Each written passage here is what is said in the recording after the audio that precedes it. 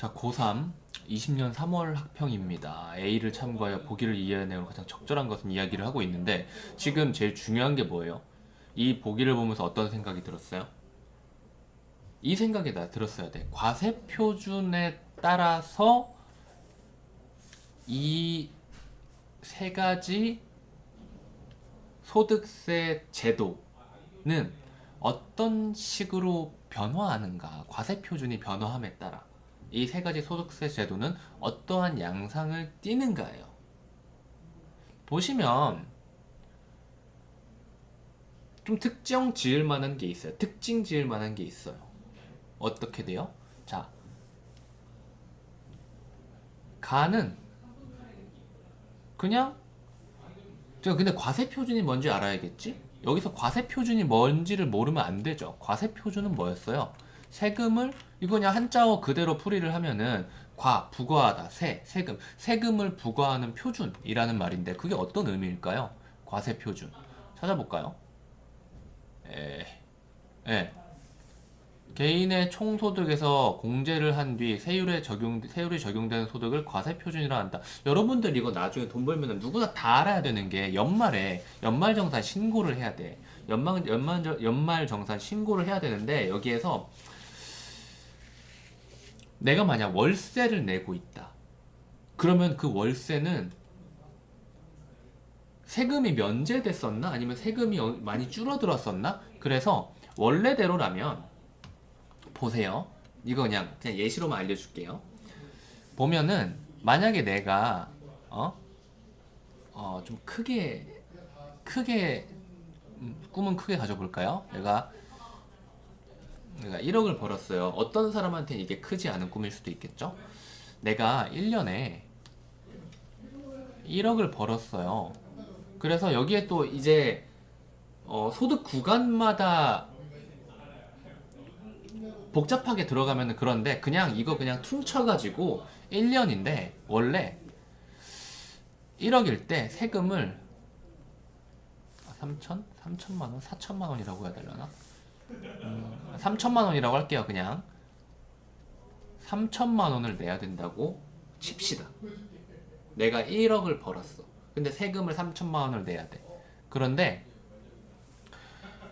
내가 어디에 어떤 소비를 하고 어디에 어떤 소비를 하는지에 따라서 내가 그 소비한 것이 나에게 필요하거나 뭐 그런 이유는 사실 별로 중요하지는 않아요. 국가에서 정한 항목에 해당하면 국가에서 정한 세금의 대상이 아니다라는 항목에 포함이 되면 과세 표준이 원래 나는 1억을 벌었지만 내가 만약에 월세로 존내 좋은 집에 살고 있어가지고 한 달에 막 150, 180만 원씩 냈다고 쳐봐. 그러면 월세가 1년에 2천만 원쯤 나올 거예요. 그쵸? 이거만 증빙을 하면은 내 과세 표준은 1억이 아니라 8천만 원이 돼가지고 나는 3천만 원 세금을 내는 게 아니고 그냥 정비례로 단순하게 계산하는 겁니다. 3천만 원이 아니라 2,400만 원만 내면 돼요. 그런데 이렇게 깎은 상태에서 내는 게 아니라 3천만 원을 다 낸 후에 너 2,400만 원만 내면 되네. 그러면은 2,400만 원 낼 거 3천만 원 냈으니까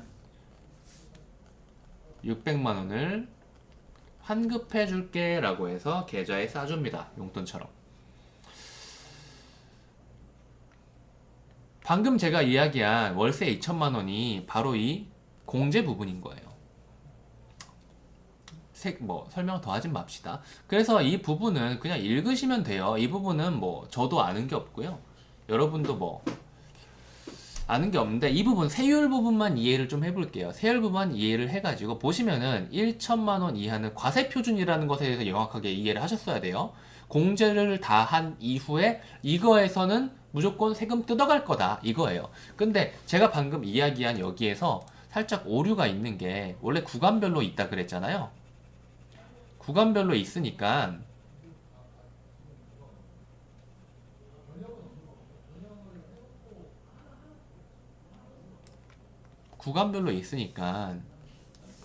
이거는 저는 공인회계사 공부를 잠깐 찍먹할 때가 있었어요. 그 찍먹할 때 물론 시험도 안 봤지만은 근데 이게 우리 부모님 귀에 들어가면 큰일 나는데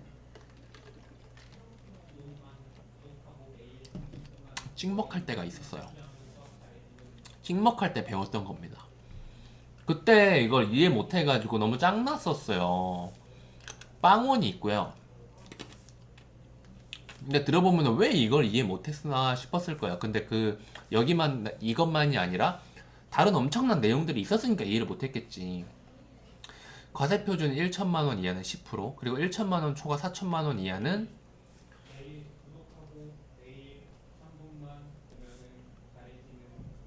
10%, 그리고 20%입니다.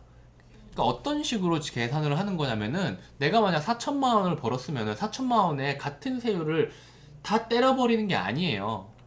돈을 많이 벌수록 좀 더 내세요. 이런 누진적인 제도가 존재합니다. 그래서 내가 4천만 원을 벌었다면 1천만 원까지의 구간에 대해서 10%를 곱하면은 얼마예요? 100만 원이죠. 그리고 이미 자 봐요. 이미 1천만 원까지는 세금을 거둔 거야. 100만 원 쟀으니까. 그러면은 남은 건 뭐죠? 1000에서 4000 사이의 구간인 3천만 원에 대해서만 세금을 내면 되는 겁니다. 여기에 대해서는 20%를 곱하겠다 이거예요. 그러면 얼마죠? 600만 원인 거예요. 그래서 내가 4천만 원을 벌었을 때 단순히 4천만 원까지 세율이 20%인데 해서 20% 때려 박아버리면 800만 원이 된다고. 그게 아니라 1천만 원까지의 세율은 100만 원으로 작다. 그리고 1000에서 3000까지는 20%다. 그래서 둘 합치면 얼마가 되냐? 800이 아니라 700이 된다. 물론 이 위로 올라가면 뭐 30%라든지 더 커지겠죠. 이 위도 4천 초과하는 분에 대해서만 30%를 곱해가지고 세금을 계산해서 나중에 이 구간 얘랑 합치면 되는 겁니다. 왜 복잡하게 이렇게 하냐? 돈 적게 번 사람, 돈 많이 번 사람, 차등을 좀 두자. 왜냐? 돈 많이 벌었으니까 좀 많이 도 되잖아. 그래도 안 죽잖아. 이런 거예요. 그것만 이해를 하시고, 그리고 이런 식으로 높은 구간, 돈 잘 버는 놈들한테 더 많은 세금을 더 높은 과세표준 구간에 대해서 더 높은 세율을 부과하는 것을 누진세 구조라고 하는 겁니다. 그리고 누진세가 아닌 다른 것은 뭐지? 용어가 기억이 안 나. 그냥 누진이 아닌 세율 구조에 대해서도 이야기를 해볼까요? 그냥 비례세인가? 비례세? 비례세? 비례세였던 것 같기도 하고. 그런 건 뭐가 있을까요? 여러분들 맨날 편의점에서 돈 내고 아니면 카드 긁고 물건 사죠. 그쵸? 1,000원짜리 초코바를 샀어요. 내가 사도, 네가 사도, 아니면은 삼성 이재용이 사도, 대통령이 사도, 국회의원이 사도 똑같이 1,000원이에요. 그쵸? 똑같이 1,000원 내요. 그런데 그 1,000원 안에는 사실 부가가치세라는 녀석 10%의 부가가치세가 붙어 있는 겁니다. 그 부가가치세는 누구나 다 똑같이 내는 거죠. 그러니까 그런 거는 누진세율 구조에 해당하지 않는 비례세 구조에 해당한다라고 보시면 되겠습니다. 아, 여기 있네요. 네.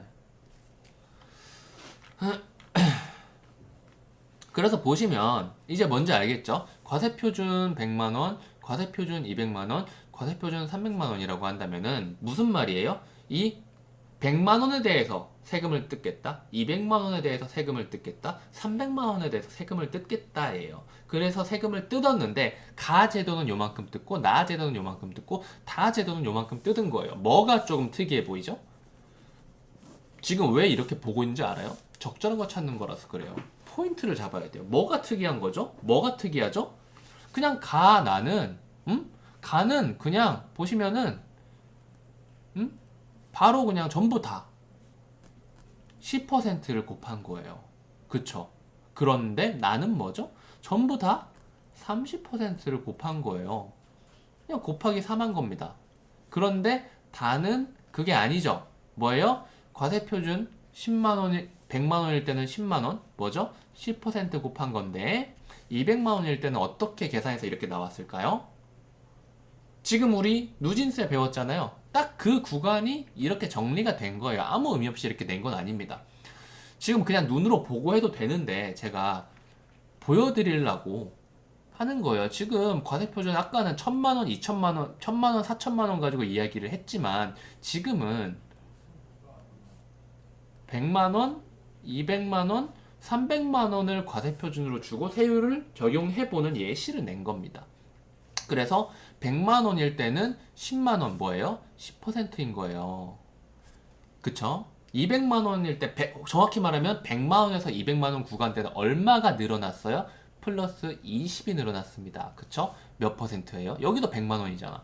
20%예요.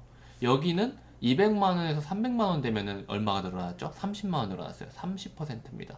그쵸? 이게 뭐죠? 방금 봤던 누진세율 구조죠. 그쵸? 이 누진세율 구조는 뭐예요? 고소득자보다 저소득자의 세율을 낮게 책정하고 있는 세율. 이거 아니죠? 답이 어디 있을까요?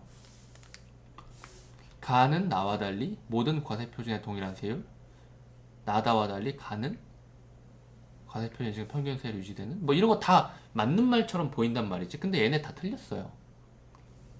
다는 소득이 높을수록 더 많은 세액을 부담하는 역진세율 구조. 이 역진세율이란 말이 틀렸고요. 나는 과세표준이 클수록 높은 세율을 부과하는 세율 구조 아니고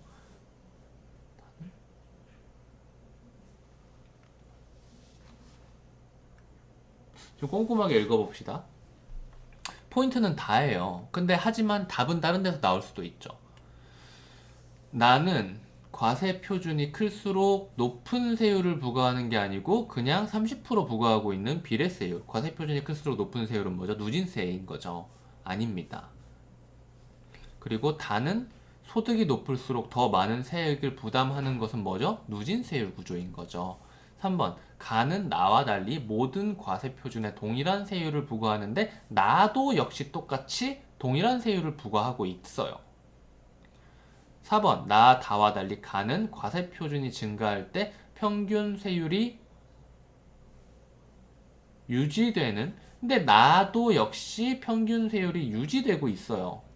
5번 가 나와 달리 다는 고소득자보다 저소득자의 세율을 낮게 책정하고 있는 세율 구조다. 맞죠, 맞죠. 지금 아까 5번 보고 살짝 헷갈렸는데 이런 거 잘 보셔야 돼요. 고소득자보다 저소득자의 세율을 낮게 책정한다는 것은 뭐예요? 저소득자보다 고소득자의 세율을 높게 책정한다는 말과 똑같은 거죠. 이건 뭐죠? 누진세인 겁니다. 그래서 동그라미. 아까 왜 5번 처음 보고 나서 아니죠 하고 넘어갔을까? 답은 5번이에요.